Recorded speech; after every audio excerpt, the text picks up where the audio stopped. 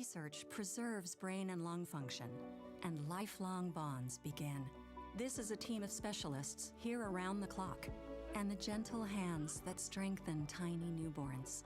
And this is the confidence of knowing nothing here is unexpected. The science of medicine, the art of caring. This is the Sharp experience. Choose your new doctor at sharp.com.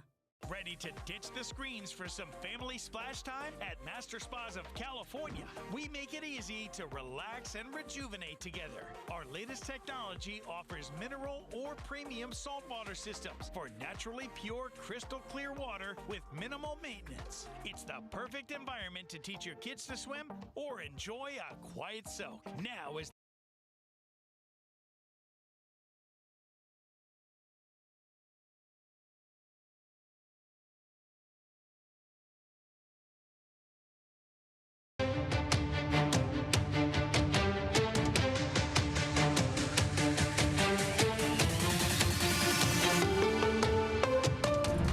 charged with sexually assaulting a 10-year-old girl in Poway was in court today. I have more inside the courtroom. A young Navy sailor shot and killed nearly 7 years ago. Now authorities are offering a $75,000 reward for information leading to a conviction. The heat is on for San Diego County and an alert for this Mother's Day weekend. Details coming up. Why firefighters say a parking lot could become a life-saving last resort in a wildfire. Plus, more survival tips. Behind every great organization, even greater women. And you're invited to celebrate them all at the Salvation Army's Diamond Jubilee.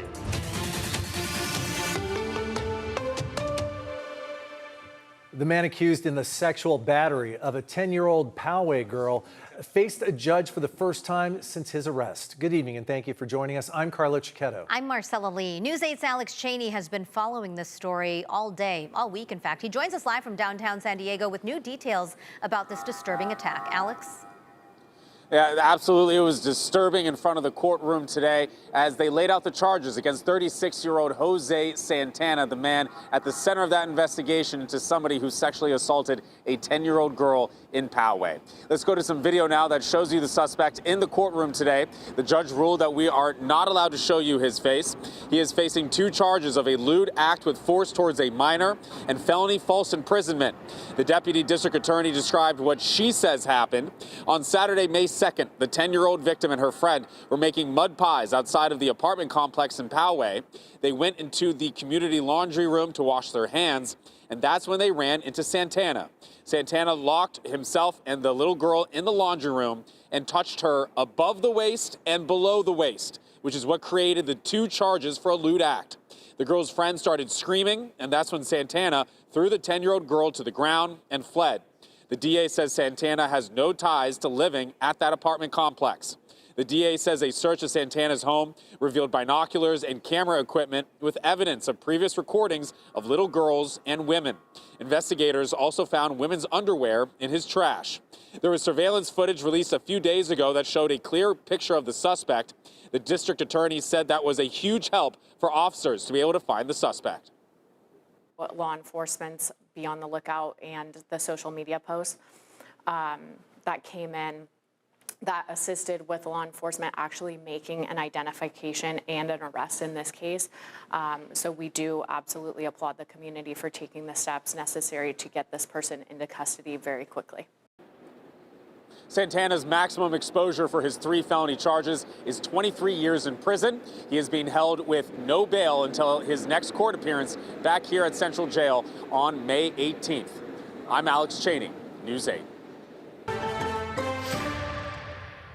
Thank you, Alex. A warm-up is expected for Mother's Day, and in some parts of the county, it will actually be dangerously hot. Chief Meteorologist Carlene Chavis joins us early with a first look at what we can all expect. Carlene? Oh, we're already starting to feel it. Temperatures warmed up today, especially with a lot of 80s across inland areas. It's just that we're going to keep the heat going and becomes even warmer and hotter for the desert. That's where the alert is going to be. When we look at our highs for today, we had 86 degrees for Valley Center, 85 degrees for Ramona, as well as for Escondido. You still had some upper 70s. That was for Fallbrook as well as for La Mesa. And you had those 60s and 70s right there along the coastline. Mild conditions, but back to triple-digit heat. And that was for the desert. 100 102 in Borrego Springs today. The last time it was in the triple digits, that was back on March 28th for the desert. So an extreme heat warning, that's going to go into effect on Mother's Day at 10 a.m. in the morning, and it has been adjusted. So yesterday it was going all the way until Tuesday with a watch. Now it's a warning, and it will go all the way until Monday evening. So you have 2 weather impact alert days for the desert because of those hot highs.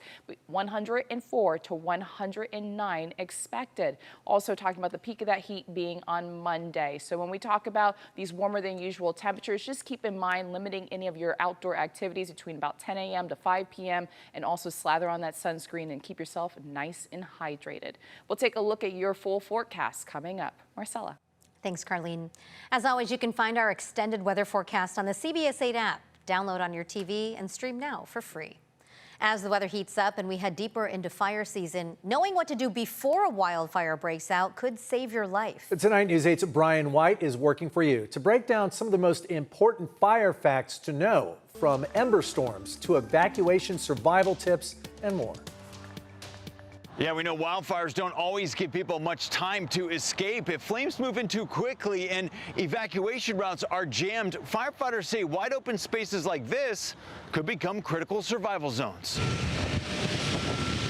Always be aware of your surroundings, be aware of the roads that lead away from your home or your community. Wildland firefighters constantly look for 2 things, and you can too. One is the escape route, usually a road out, but roads can and do get blocked. So firefighters are also aware of their nearest safety zone. That's a big clearing a good distance from anything that would burn. People have survived some of the deadliest mega fires by riding them out in big parking lots. A green sports field or golf course can work too.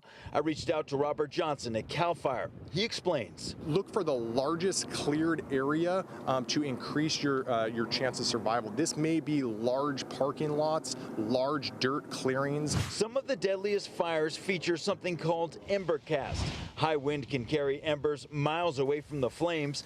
When the embers fall, even homes with good defensible space can catch fire. When we see these high wind, Santa Ana wind conditions, we can see spot fires pop up in excess of a mile from the main fire perimeter. Now to firefighting tactics, to something called a backburn. To fight fire with fire isn't just a catchy saying, it's a valuable tool.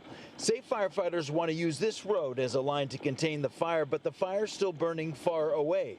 Rather than wait for the flames to come roaring over here, they can do a backburn.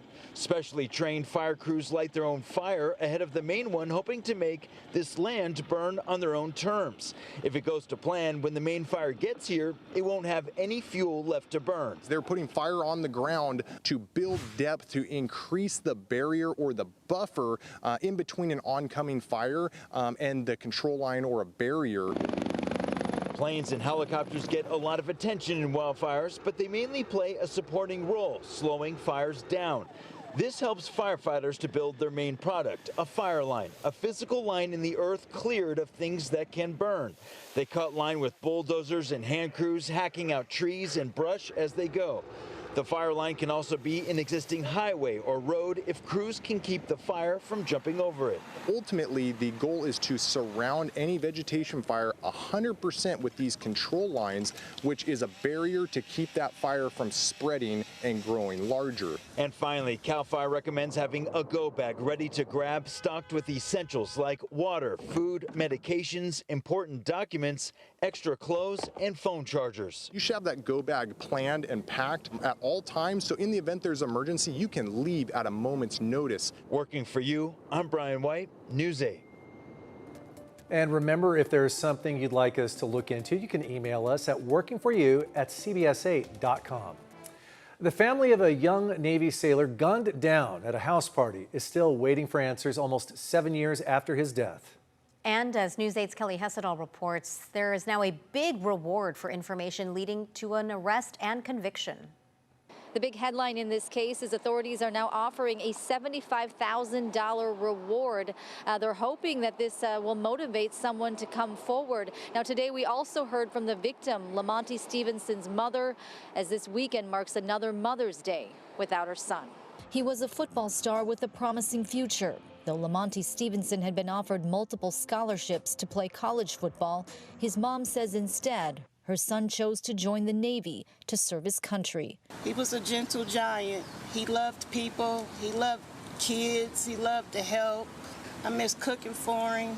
I miss his voice. I miss talking to him. I just miss him helping. I just miss everything about him. Leanna Stevenson flew in from Ohio to plead with the public to help her family find justice for Lamonte. CBS has featured this case before. The 19-year-old Navy sailor was shot and killed in August of 2019. Me and my family, we have been on an emotional roller coaster. It seems like it's a long time, but for me and my family, it seems like yesterday. Today, police put on display the advertisement that went out on social media for the party her son attended with Navy friends the night he died. It was held at a home on Marcy Street in Barrio Logan. Lamonte volunteered to be the designated driver that evening, and he did this because he wanted to ensure that all of his friends got home back to base safely that night. Detectives say at one point a fight broke out. Stevenson played peacemaker, tried to calm things down, but as they went to leave, he forgot his keys. He went back to the house to get them, and a gunman opened fire on him. Investigators estimate 80 to 100 people were at the party at the time. Many of those individuals have not yet been identified or interviewed, and several of those witnesses, we believe, likely saw what happened and potentially know the identity of the suspect.